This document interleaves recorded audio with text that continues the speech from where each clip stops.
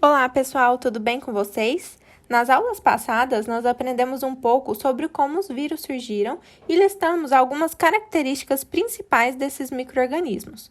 Na aula de hoje, para dar continuidade ao tema, nós vamos falar um pouco sobre a composição dos vírus, ou seja, do que eles são formados e qual a sua estrutura. Para fazer essa aula, eu me baseei nas referências Virologia Humana, terceira edição, e Microbiologia de Tortora, 12ª edição. Então, bora começar a nossa aula? Mas antes, não se esquece de se inscrever aqui no canal e de deixar seu like aqui no vídeo.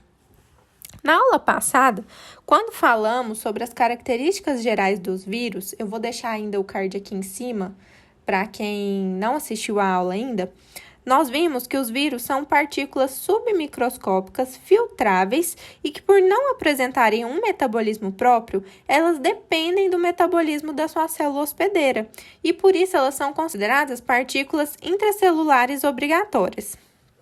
Uma partícula viral completa, ou também denominada de vírion, ela vai ser composta por uma molécula de ácido nucleico, que pode ser um DNA ou um RNA, e essa molécula de ácido nucleico, ela vai estar envolta por uma camada de proteínas, que a gente denomina de capsídeo.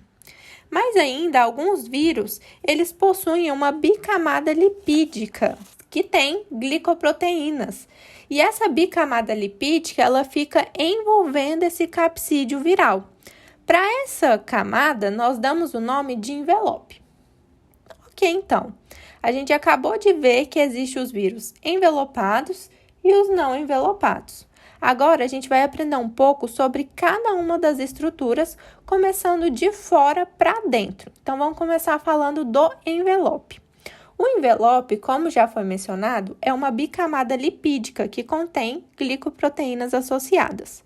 Os vírus adquirem essa bicamada da célula hospedeira, porque eles não têm informação para poder sintetizar essa bicamada. Então, ele adquire ou da membrana da célula ou das membranas das organelas que ficam no interior da célula, que ele está parasitando. Essas glicoproteínas associadas à bicamada lipídica, elas nada mais são do que proteínas que funcionam como receptores. Isto é, quando o vírus ele encontra sua célula hospedeira ao acaso, isso mesmo, gente, ao acaso, porque vírus não apresenta mobilidade. Essa proteína ela vai se encaixar pelo modelo chave-fechadura no receptor celular. E com isso, o vírus ele consegue adentrar a célula. Outro fato interessante sobre o envelope é que ele pode ser degradado facilmente, porque ele é sensível ao ressecamento. E algumas substâncias, como por exemplo, ao álcool 70 e o sabão. Portanto, engana-se quem pensa que os vírus envelopados eles conseguem persistir mais no ambiente do que os vírus não envelopados. E tem mais, se os vírus perdem seu envelope, eles ficam inviáveis. Ou seja, eles não conseguem infectar a célula, uma vez que ele vai perder seus receptores que estão presentes nessa estrutura e que vão ser responsáveis por fazer essa comunicação celular.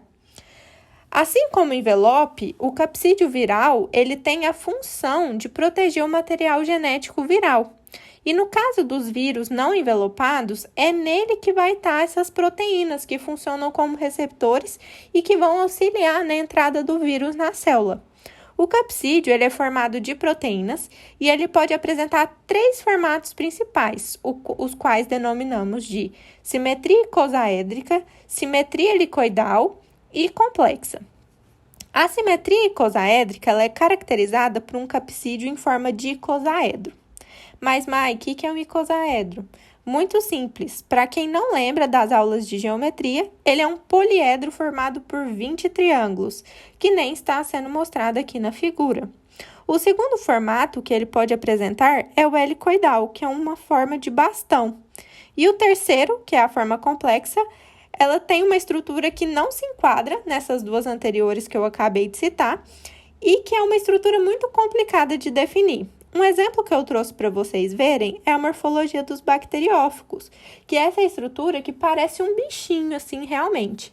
Para quem não sabe, os bacteriófagos, eles são vírus que infectam bactérias, e mais para frente nós vamos ter uma aula só deles.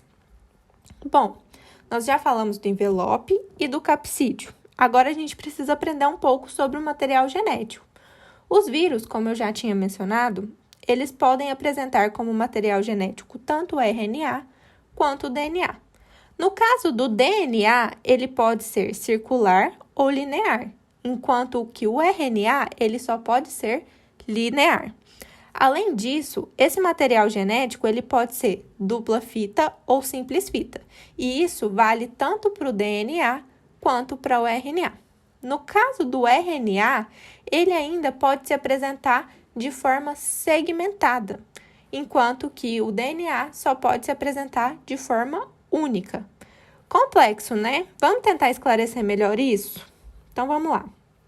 Existe um sistema de classificação dos vírus com relação ao seu material genético, e ele é denominado de sistema de Baltimore, ou classificação de Baltimore. Nele, os vírus eles são divididos em 7 grupos principais, que são DNA dupla fita, DNA simples fita, RNA dupla fita, RNA simples fita senso positiva, RNA simples fita senso negativa, retrovírus e para-retrovírus. O RNA de fita simples senso positiva nada mais é do que um RNA mensageiro. Portanto, quando entra na célula hospedeira, ele já é encaminhado diretamente para o ribossomo para que ocorra a tradução. Já o RNA de fita simples senso negativa, ele deve produzir primeiro a sua fita complementar, que é a senso positiva, e essa sim vai ser encaminhada para o ribossomo para que ocorra a síntese de proteínas. E com relação aos retrovírus e para-retrovírus, eles possuem uma enzima denominada de transcriptase reversa, que tem a função de transformar RNA em DNA, e é uma enzima que seus hospedeiros não têm. Com relação aos vírus de RNA, eu havia comentado anteriormente que eles podem ser segmentados. Mas, Mai, como assim? Bom, eles possuem vários segmentos de RNA separados, e cada um vai codificar para uma proteína viral diferente.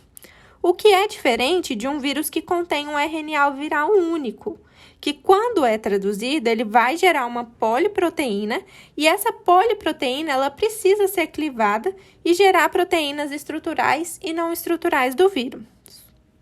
Uma coisa importante de se saber com relação aos vírus segmentados é que as novas partículas virais formadas a partir desses vírus, que têm essa organização genômica, elas só vão ser viáveis se todos os segmentos estiverem presentes dentro do capsídeo. Bom, pessoal, a nossa aula de hoje é isso. Foi uma aula com muita informação, com muitos termos novos. Por isso, se ficou alguma dúvida ou se vocês ainda tiverem alguma sugestão, deixem aqui nos comentários. Eu espero que vocês tenham gostado. Não deixem de se inscrever aqui no canal, de deixar seu like aqui no vídeo e de também compartilhar com quem possa gostar do conteúdo. Muito obrigada e até a próxima aula.